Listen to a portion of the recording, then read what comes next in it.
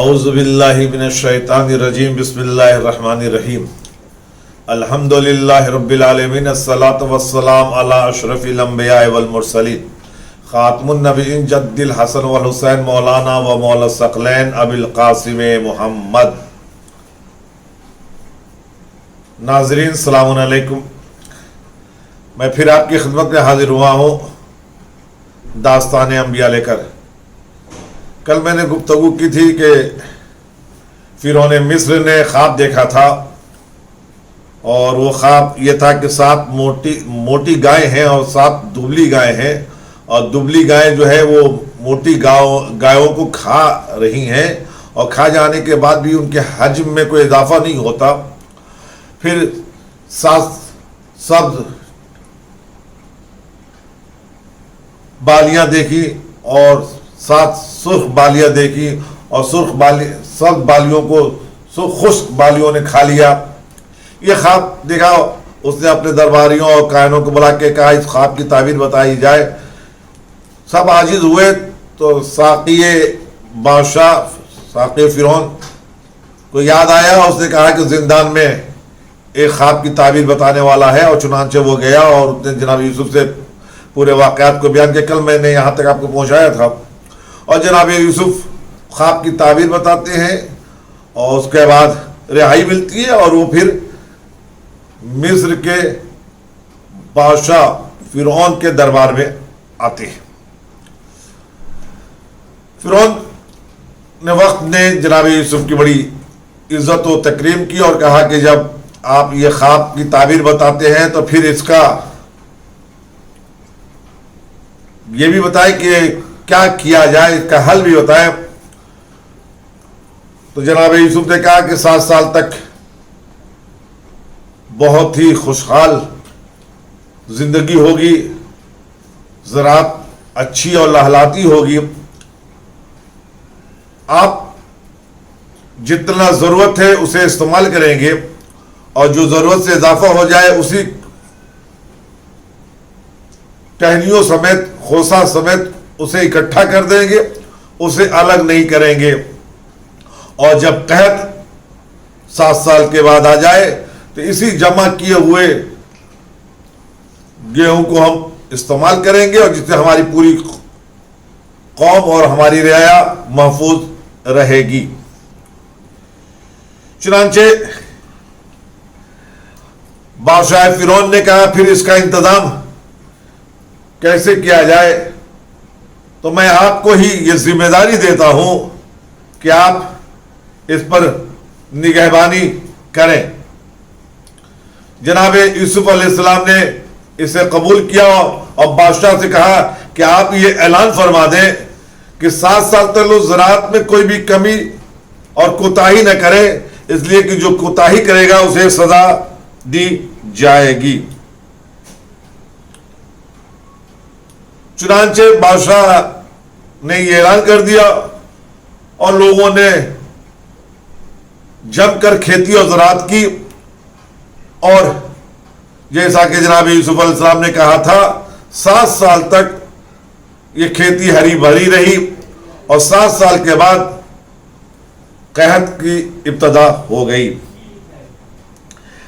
جس وقت آپ وہ دربار فرعون میں آئے تھے اور آپ کو عہدہ وزارت دی گئی تھی، اس وقت آپ کی عمر 33 سال کی تھی۔ بادشاہ نے آپ سے خوش ہو کر آپ کو عزیز مصر بھی بنایا، لیکن جناب یوسف نے اس وقت تک قبول نہیں کیا جب تک کہ زلیخا کا شوہر باحیات تھا۔ 2 سال کے بعد قطیفان جو زلیخا کا شوہر تھا وہ انتقال کر گیا، اور یوسف علیہ السلام عزیز مصر بن گئے۔ ایک دن آپ سواری سے جا رہے تھے کہ آپ کے کان میں ایک ضعیفہ کی آواز آئی جو یوسف یوسف کہہ رہی تھی۔ جناب یوسف نے اپنے کارندوں سے کہا کہ اس ضعیفہ کو لایا جائے۔ چنانچہ جو ضعیفہ قریب آئی اور جناب یوسف اس سے نہ پہچان سکے تو پوچھا کہ آپ کون ہیں اور آپ میرے نام سے کیسے واقف ہیں؟ کہا دارے درد فراق نے کمر توڑ ڈالی ہے اور مجھے نابینا کر دیا ہے، اور کیا کہنا اس خدا کا کہ جس نے اطاعت کی بنا پر ایک غلام کو بادشاہ بنا دیا اور معصیت کی بنا پر بادشاہ کو فقیر بنا دیا، اور اپنا تعارف کرایا کہ میں زلیخا ہوں۔ جناب یوسف نے پوچھ دیا آپ نے یہ کیوں ایسا کیا کہ آپ رسوا بھی ہوئی اور آپ نے مجھے بدنام کرنے کی کوشش بھی کی؟ آواز دیا کہ آپ کے چہرے کا حسن ایسا ہے کہ میں ہی کیا پورے مصر کی عورتیں آپ پر فدا ہو چکی تھیں۔ آپ کا حسن نہ آپ جیسا کوئی حسین تھا نہ مجھ جیسی کوئی حسینہ، اور اسی حسن نے ہمیں ایک دوسرے کی طرف مائل کرنے کی کوشش کی اور میں نے اپنے آپ کو پیش کیا۔ جناب یوسف نے کہا تم جب میرے حسن کو دیکھ کے اتنی فریفتہ ہو گئی تو جو میرا آخری نبی ہوگا اگر تو نے اس کے حسن کو دیکھ لیا ہوتا تو تمہاری کیا حالت ہوتی؟ کہا کہ آپ کے آخری پیغمبر کا نام کیا ہے؟ کہا محمد۔ وہ اتنا سننا تھا کہ زلیخا نے کہا تیرے محمد کی محبت میرے دل میں آ گئی ہے۔ اسی وقت میں پروردگار ہوا یوسف اس کے لیے دعا کرو، اس لیے کہ جس کے دل میں میرے محمد کی محبت آ جائے وہ بوڑھا نہیں ہوتا۔